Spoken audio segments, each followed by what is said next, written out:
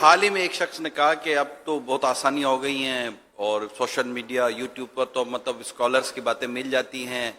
دین کے تعلق سے، تو تفسیر کے تعلق سے، ایک میں اب خلاصہ عرض کر رہا ہوں، شریعت و دین کے تعلق سے تو اب مطلب کافی ایزی ہو گیا ہے بات کو سمجھنا، دین کو سمجھنا، کافی مطلب اگر کوئی کوشش کرے تو اس کے لیے اتنا مشکل نہیں ہے، کیونکہ ویڈیوز جس موضوع پر ویڈیوز موجود ہیں اور اسلامک اسکالرس تو وہ بات کر رہے ہوتے ہیں، تو یہ ایک تاثر اچھے جہنم میں خاصے جانا لوگوں بھی میں ایزی ہو گیا ہے، سوشل میڈیا کے ذریعے، یوٹیوب کے ذریعے جہنم میں جانا ایزی ہو گیا ہے۔ جس کو چاہو مفتی بنا دو، جس کو چاہو رہنما بنا دو، یہ جہنم کی طرف کھینچ رہے ہیں۔ میرے بولے بھالے اسلامی بھائیوں، ایسا نہیں ہے۔ آپ کو اگر لینا ہی ہے نا کسی رہنما سے تو پہلے یہ کنفرم کر لیں کہ یہ عاشق رسول پہلے سنت ہے اور مستند ہے، شریعت کے مطابق بات کرتا ہے، قرآن و حدیث ہی کی بات کرتا ہے اور ہے عاشق رسول سنی پکا، اس سے تو بے شک آپ لیں گے تو وہ تو جنت کا راستہ دکھائے گا۔ باقی جو لگا ہوا نا سوشل میڈیا پہ، جو منڈی یا منڈا لگا ہوا ہے نا، یہ تو مطلب آخرت کے لیے تباہ کار لگا ہوا ہے۔ جس کی جو سمجھ میں آتا ہے وہ اسلام کی تعویل کر رہا ہے، اور جو سمجھ میں آتا ہے وہ مسئلہ بیان کر رہا ہے۔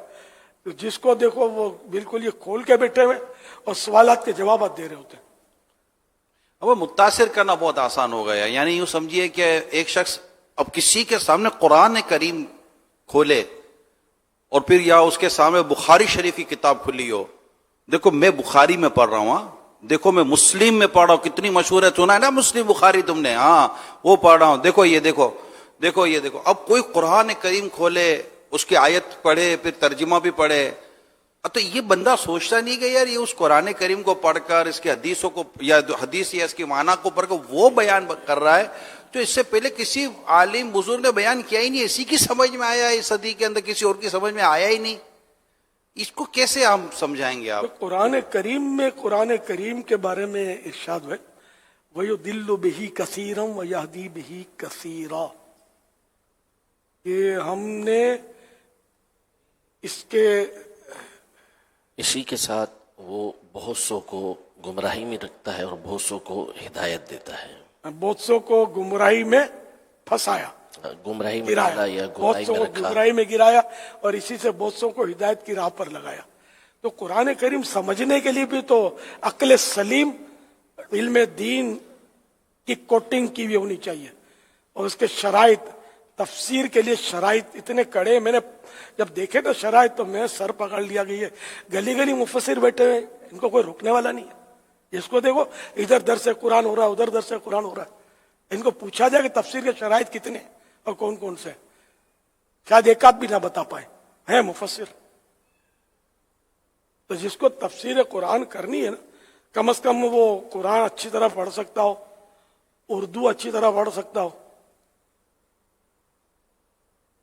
وہ جو لکھی ہوئی تفسیر ہے، مثال کے طور پر تفسیر جنان اپنی جو ہے،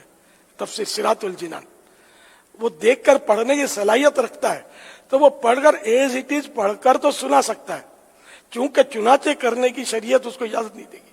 کہ اس کا مطلب یہ ہے، اس کا مقصد یہ ہے، اس کا خلاصہ یہ ہے، اس کا مفہوم یہ ہے، یہ سب کرنے کی ظاہر کی ضرورت نہیں ہے، جو لکھا ہوا پڑھ کے سنا دو۔ اب ایسی تفسیر تو ظاہر آپ کو کوئی تو پبلک جمع نہیں ہوگی، یہ تھوڑا چٹپٹی باتیں کریں گے مفسر صاحب تو لوگ آئیں گے نا، جمع ہوں گے نا، چٹپٹے قصے سنائیں گے، اپنے تجربات بیان کریں گے، تو لوگ جمع ہوں گے، اور اس طرح کا لگا ہوا ہے۔ عورتیں تفسیر دے رہی ہیں بھائی، ہے کچھ کہنے کا، تو ایسے بس وہی جو میں نے عرض کیا نا، جو جائز صورت ہے دیکھ کر، وہ بھی عاشق رسول پکے سنی عالم دین کی تفسیر تو پڑھ سکتے ہیں۔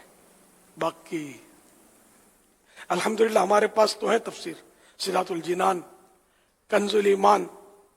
نور العرفان، یہ تین ہمارے مشہور تفسیر ہیں۔